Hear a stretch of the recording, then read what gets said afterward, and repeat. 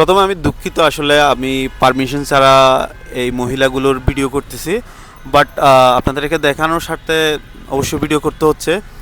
আমি এখন আছি চট্টগ্রামের ওই ইপিজেড মোড়ে আর কি, জ্যামে আটকে আছি। প্রত্যেকটা বাসের মধ্যে দেখতেছি এই মহিলাগুলি নিয়ে যাচ্ছে।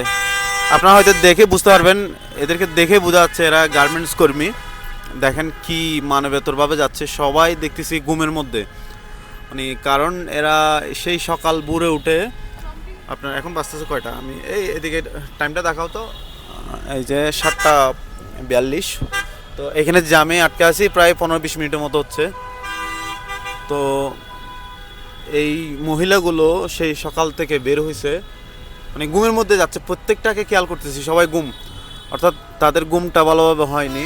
আবার তাদের ছুটি হবে 7টা, 8টা, 9টা, 10টা, অনেকের 11টা 12টার হয়ে যায় ওভারটাইম করতে করতে। তো যেটা বলতে চাচ্ছিলাম, এটা হচ্ছে বাংলাদেশের যে অর্থনীতি, যেই গুরুত্বপূর্ণ যেটা কয়েকটা খাত, তার মধ্যে একটা হচ্ছে গার্মেন্টস সেক্টর এবং প্রবাসীদের পাঠানো রেমিটেন্স। তো কিন্তু এই দুইটা খাতে মূলত সবচেয়ে বেশি গুরুত্বপূর্ণ।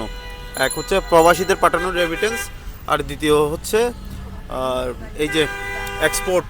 ওই দেখেন কী পরিমাণ মানুষ, কী পরিমাণ, সবগুলো মহিলা।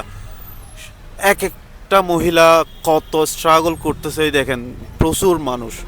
মানে কিন্তু একটা জিনিস খুবই দুঃখজনক লাগে, সেটা হচ্ছে এই যে মহিলাগুলো, এগুলো তো আমাদের এই মা বোন, আমাদের এই দেশের নাগরিক, এই দেশের অর্থনৈতিক চাকা এরাই চালাচ্ছে।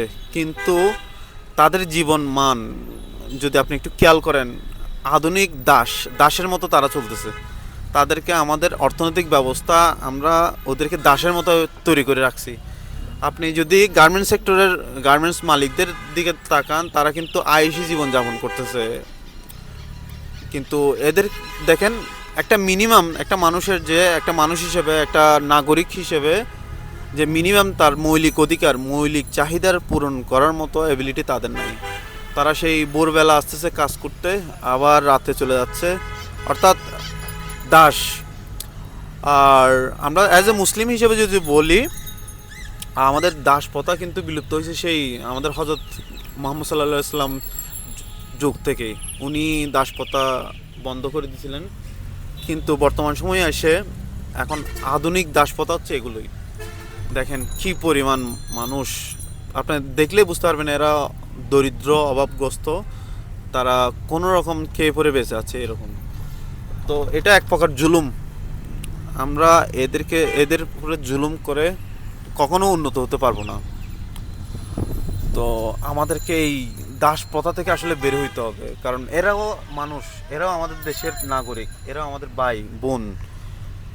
তো যতদিন না পর্যন্ত এদের ন্যায্য পারিশ্রমিক আমরা পরিশোধ করতে পারবো না, আমরা কখনো সভ্য জাতি, সভ্য দেশ হিসেবে কখনো বিশ্বের দরবারে উপস্থিত হতে পারবো না।